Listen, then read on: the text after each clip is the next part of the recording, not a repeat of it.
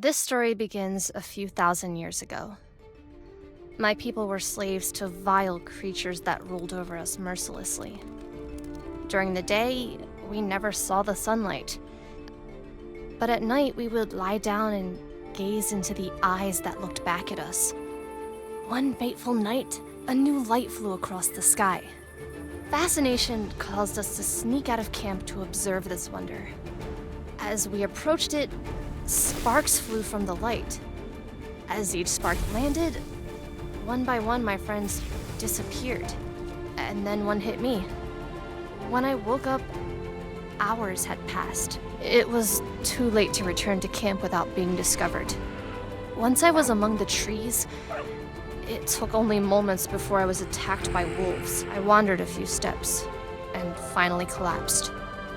Awakening again, I found myself in some sort of encampment. When I stepped outside, I looked into the faces of elves, men, and dwarves. The eye became a part of me. My wounds healed faster than humanly possible. This wasn't the only ability that I had gained. I was able to perform feats that no other race could dream of. For decades I trained, trying to understand my new powers. More eyes fell from the sky. More people like me were born. After many small victories, we were ready to face our enemy out in the open. Slowly and surely, we drove them back to the pits of eternity. We won the war, and the people of Elor were finally free. We became a faction of our own, sworn to protect the people we fought for. Yet we remained outsiders. But time changes everyone. Humans easily repeat mistakes of the past. The endless cycle continues. Suspicion and mistrust of our kind. The sentinels began to grow. The rocks no longer fell from the sky. Humans were facing poverty and struggle, and needed someone to blame. My closest friend left the Council of Sentinels looking for answers. When he returned, he came out of the eternal pits, home of our sworn enemies, with an army. He marched it right to the doorstep of our castle, killing anything and everything along the way. We had no chance against this force. Crowan said we should join him instead of throwing our lives away. Some brave council members sacrificed themselves as a distraction while I led an escape party through stealth. We had a plan, a ritual to trap Crowan and his army, frozen in time. A plan that required us to sacrifice ourselves. Only the falling of a new eye from the sky would break the spell. And so we remained frozen.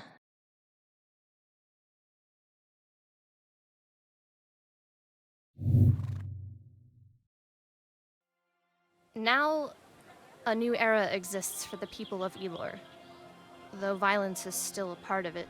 The Sentinels are only a fairy tale that parents tell their children. Yet, something is coming. I can feel it. An innocent child will be born and change everything. This boy could break the cycle of violence and save the people of Elor. All right, Aron. Stay close. Good morning, Marcus. How's business?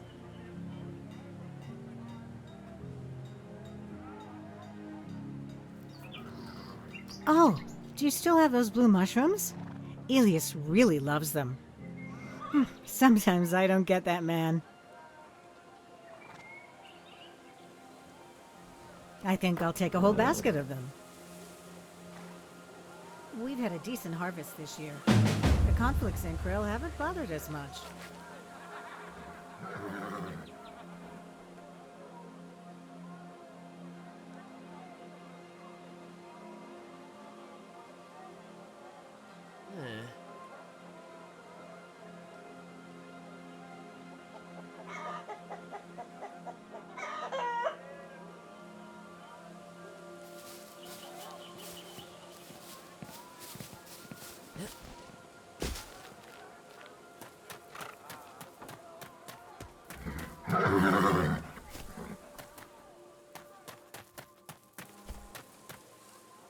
I see you've had enough. Let's go home. There's no reason to be afraid, Aron. You're a strong young man. Besides, we live in a small town. I'm pretty sure we know everyone. Your father and I will always protect you until you are ready to protect yourself. I love you, son. Now, let's go bring your father these smelly mushrooms. Wakey, wakey, sleepyhead. It might be your birthday, but there won't be any cake for you today. All right, there will be cake, but later.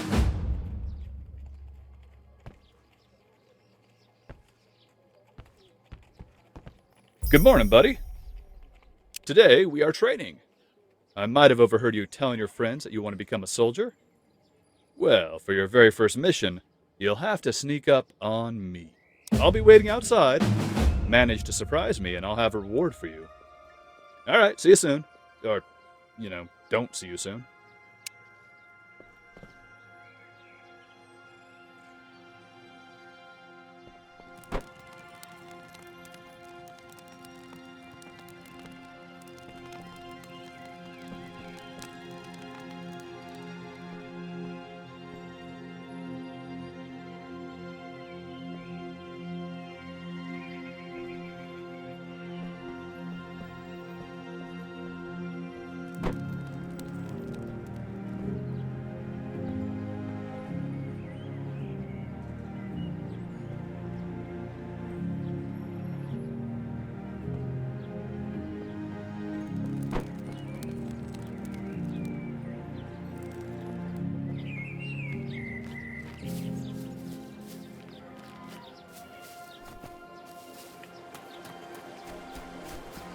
Come on, son. I know you can do better.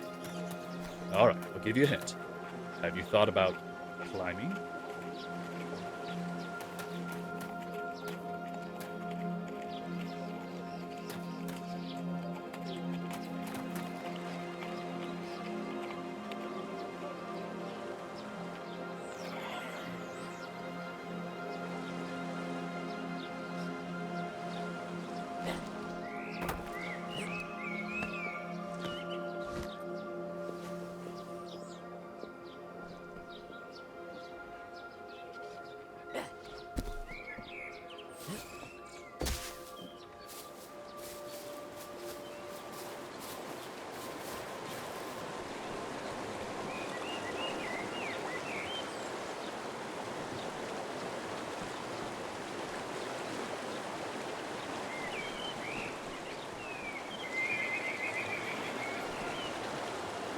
Great job, son. Now, for your epic reward, we made you this sword and shield. Do you like them? These tools are definitely useful, but sometimes it's easier to sneak past dangerous situations. Your mother and I have sneaked in and out of castles without ever being heard. Well, we have been known for turning the place upside down as well.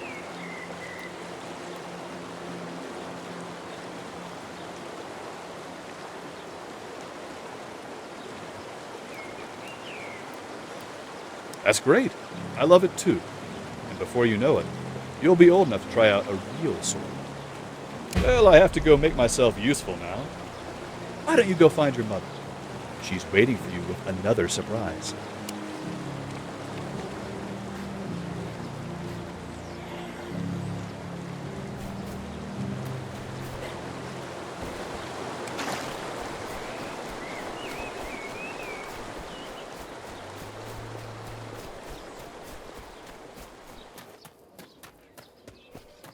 Happy birthday, son!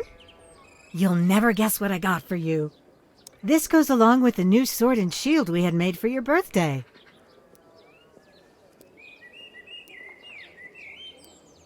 Glad to hear you like it, Aron. Why don't you try and hit those 3 targets I set up?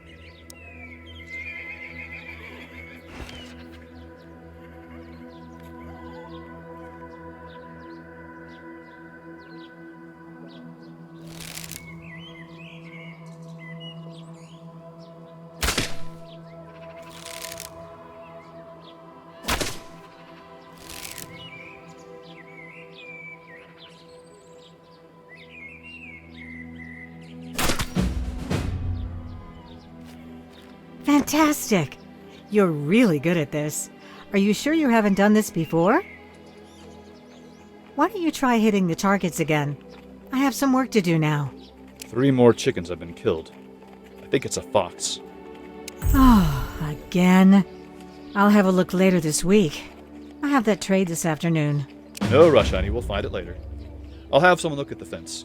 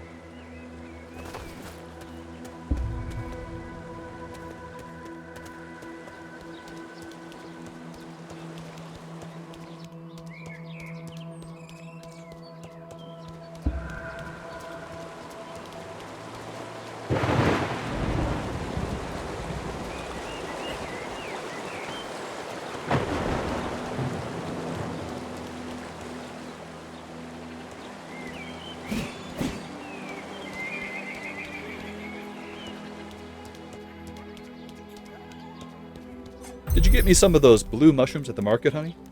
It's not your birthday today. We're eating Aron's favorite. All right. What has our soldier been up to this afternoon?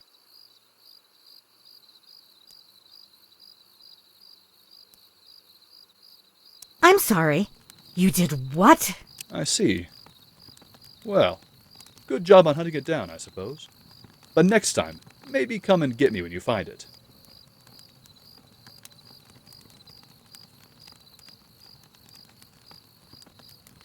I see. You probably say that because you really like our chickens, which are also in our soup. Next time, just call one of us over, Aron. We don't want you getting hurt. Besides, you still have a wooden sword. Oh, you do have our knack for getting yourself into difficult situations. Did your father ever tell you the story of how we accidentally ended up in the royal chambers of the king? Strangely enough, it started out as a contract for the Queen.